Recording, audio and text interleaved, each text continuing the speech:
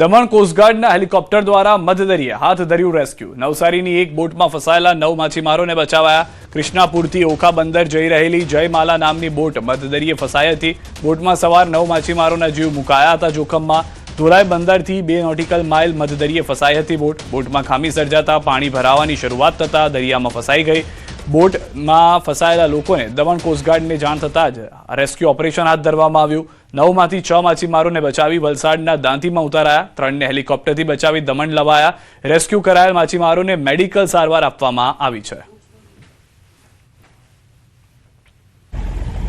8 kilometre ચાલી ને engine પકડાઈ ગયું।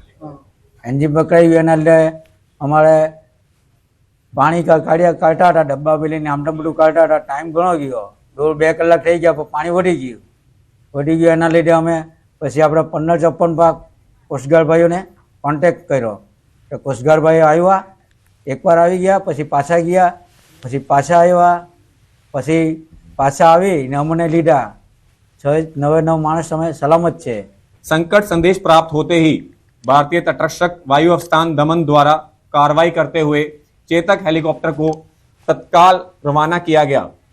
हेलीकॉप्टर संकटग्रस्त नौका के निर्धारित स्थान पर पहुंचा और प्रभावी बचाई कार्रवाई के माध्यम से सभी 9 मछुआरों को सुरक्षित बचा लिया गया। આણંદ જિલ્લાના ખંભાત તાલુકાના જૂની આખોલ ગામમાં પ્રદૂષિત પાણી પીવાથી 15 જેટલા દુધાળા પશુઓના મોત થયા હોવાનો આક્ષેપ થયો છે, જ્યારે 10 થી વધુ પશુઓ ગંભીર રીતે બીમાર હોવાનું સામે આવ્યું છે। સોખડા જીઆઈડીસીમાં આવેલી કેમિકલ કંપનીઓનું પ્રદૂષિત પાણી પાઇપલાઇન મારફતે દરિયાઈ પટ્ટી વિસ્તારમાં છોડાતું હોવાનો સ્થાનિકોનો આક્ષેપ છે। પશુઓ ચરવા જતા પાણી પીતા હોવાનું પશુપાલકો જણાવી રહ્યા છે।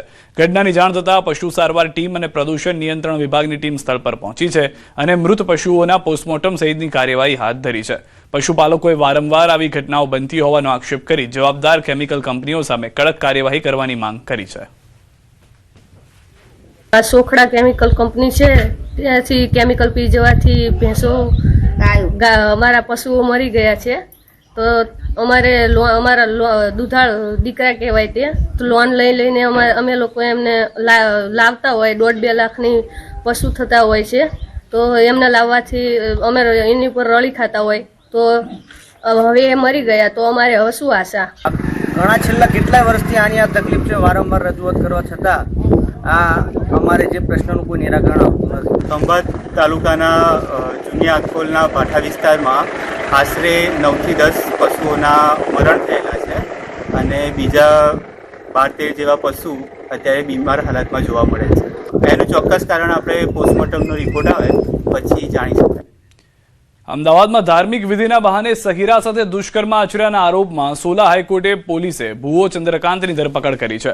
આરોપીએ સગીરાને ભૂત પ્રેતનું વળગાડ હોવાનું કહી વિધિના બહાને પોતાના ઘરે લઈ જઈ શારીરિક શોષણ કર્યું હોવાનો આક્ષેપ છે। પરિવારની આર્થિક સ્થિતિ સુધારવા અને સોનું મળવાની લાલચ આપી સગીરા સાથે અવારનવાર દુષ્કર્મ આચર્યાની ફરિયાદ નોંધાઈ છે। પોલીસે આરોપી વિરુદ્ધ બીએનએસ, પોક્સકો એક્ટ હેઠળ અને અંધશ્રદ્ધા વિરોધી કાયદા હેઠળ કાર્યવાહી હાથ ધરી છે।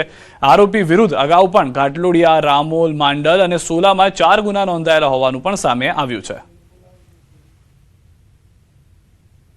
આ આરોપી ભુવો અવારનવાર ભોગ બનનારના ઘરે જતો, વિધિ કરવાના બહાને ઘરના અન્ય સભ્યોને થોડીવાર માટે બહાર બેસવું પડશે એમ કહી અને અન્ય સભ્યોને ઘરની બહાર રાખતો।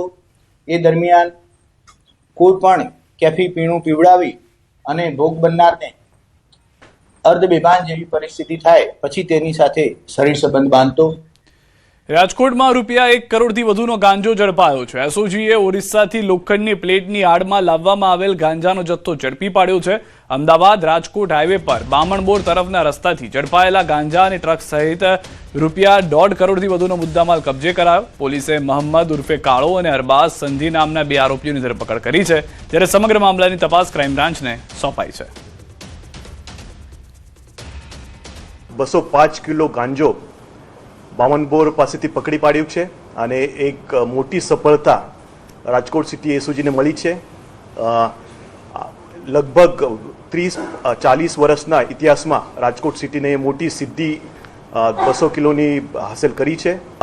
ગાંજો જે છે એ ઓરિસ્સાથી આવતો હતો, જે લોખંડની પ્લેટ છે એના ઈવે બિલ બનાવી અને લોખંડ પ્લેટના આડમાં એ 205 કિલો ગાંજો એ આરોપીઓને લાયો હતો. નર્મદાથી સમાચાર. સાગબારામાં આંદોલનનો 11મો દિવસ. બીટીપી અધ્યક્ષ મહેશ વસાવા પહોંચ્યા છે સમર્થનમાં. આંદોલનકારી મહિલાનું મેડિકલ ચેકઅપ થાય, આંદોલન સ્થળે સુરક્ષા આપવામાં આવે તેવી માંગ પણ કરવામાં આવી છે. અહીં ગાડી મેડિકલ ટીમ હોવી જોઈએ અને અહીં એમને રક્ષણ માટે પોલીસ પણ હોવી જોઈએ.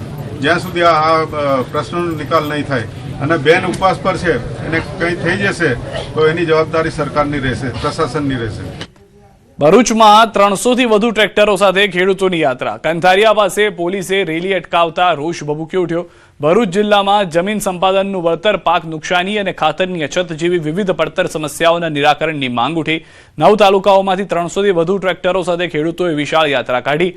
જોકે મંજૂરી ન હોવાનું જણાવી પોલીસે કંથારિયા પાસે ચુસ્ત બંદોબસ્ત વચ્ચે આ રેલીને અટકાવતા ખેડૂતોમાં ભારે રોષ ફેલાયો હતો અને તેમણે પોતાનો અવાજ દબાવવાનો પ્રયાસ થઈ રહ્યો હોવાનો આક્ષેપ કર્યો હતો.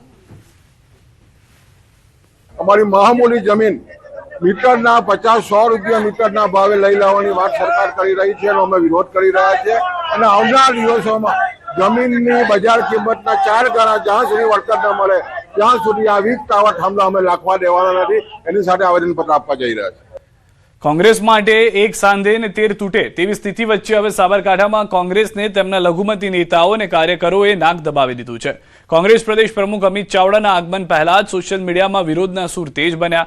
કોંગ્રેસના કાર્યક્રમનો બહિષ્કાર કરતા ગ્રાફિક્સ અને પોસ્ટ સોશિયલ મીડિયામાં ફરતી કરવામાં આવી હતી, જેને લઈને કોંગ્રેસના સ્થાનિક મુસ્લિમ તેઓ અને કાર્યકરો ગેરહાજર રહ્યા હતા. તો બીજી તરફ આ વિવાદમાં મુસ્લિમ કોંગ્રેસી નેતાઓએ વિરોધ સોશિયલ મીડિયામાં કરવા સિવાય મૌન ધારણ કરી લીધું હતું. જોકે ધાર્મિક શબ્દના ઉપયોગ સાથે કોંગ્રેસની નેતાગીરી સામે સવાલો ઉઠતા આખરે અમિત ચાવડાએ કહ્યું હતું કે કોંગ્રેસ દરેક ધર્મનો, સમાજનો પક્ષ છે, નાનું મોટું કંઈ હશે તો સમાધાન કરી લઈશું. કોઈને ગેરસમજ ઊભી થઈ હોય એટલા માટે કદાચ એવા પ્રશ્નો ઊભા થયા હોય, પણ કોંગ્રેસે હંમેશા કોઈ પણ જાતિ, ધર્મ, ભાષા, પ્રાંતના ભેદભાવ વગર તમામ લોકોને સાથે રાખી. કોંગ્રેસ તમામની છે અને કોંગ્રેસે તમામ માટે હંમેશા કાયદા લાયા છે, નીતિ રાખી છે, એનું બજેટની ફાળવણી થઈ છે, એના કાર્યક્રમો આપ્યા છે. એટલે એવો કોઈ પ્રશ્ન નથી. નાનું મોટું કંઈ હશે તો એનું પણ સમાધાન થશે. રાજકોટમાં નંબર પ્લેટ વિનાની ગાડીઓને લઈને લેવાયેલા નિર્ણયને અમદાવાદના લોકોએ આવકાર્યો છે. રાજકોટમાં નંબર પ્લેટ વિનાની ગાડીઓ, પેટ્રોલ ડીઝલ નહીં મળે તેવું જાહેરનામું બહાર પડાયું છે. આ જાહેરનામા બાદ અમદાવાદ વાસીઓને પણ કહ્યું કે અમદાવાદમાં પણ આવો નિર્ણય લેવો જોઈએ, જેથી નંબર પ્લેટના કારણે અકસ્માત થાય તો પણ તેનો માલિક કોણ છે તે જાણી શકાય. સુરક્ષા માટે પણ વાહનમાં નંબર પ્લેટ હોવી જરૂરી.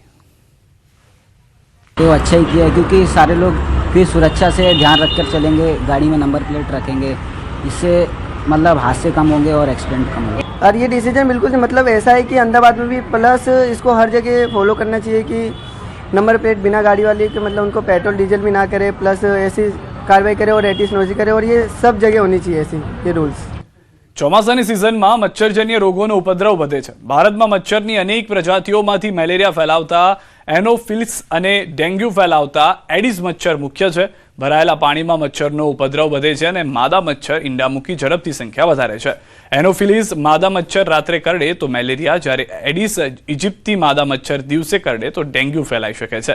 અમદાવાદ ગ્રામ્ય વિસ્તારમાં મચ્છરજન્ય રોગચાળો અટકાવવા 300 ટીમો ઘરે ઘરે સર્વેલન્સ, દવાનો છંટકાવ, ઓઇલ છંટકાવ અને ફોગિંગની કામગીરી કરી રહી છે. લોકો પણ ઘરની આસપાસ પાણી ભરાવા ન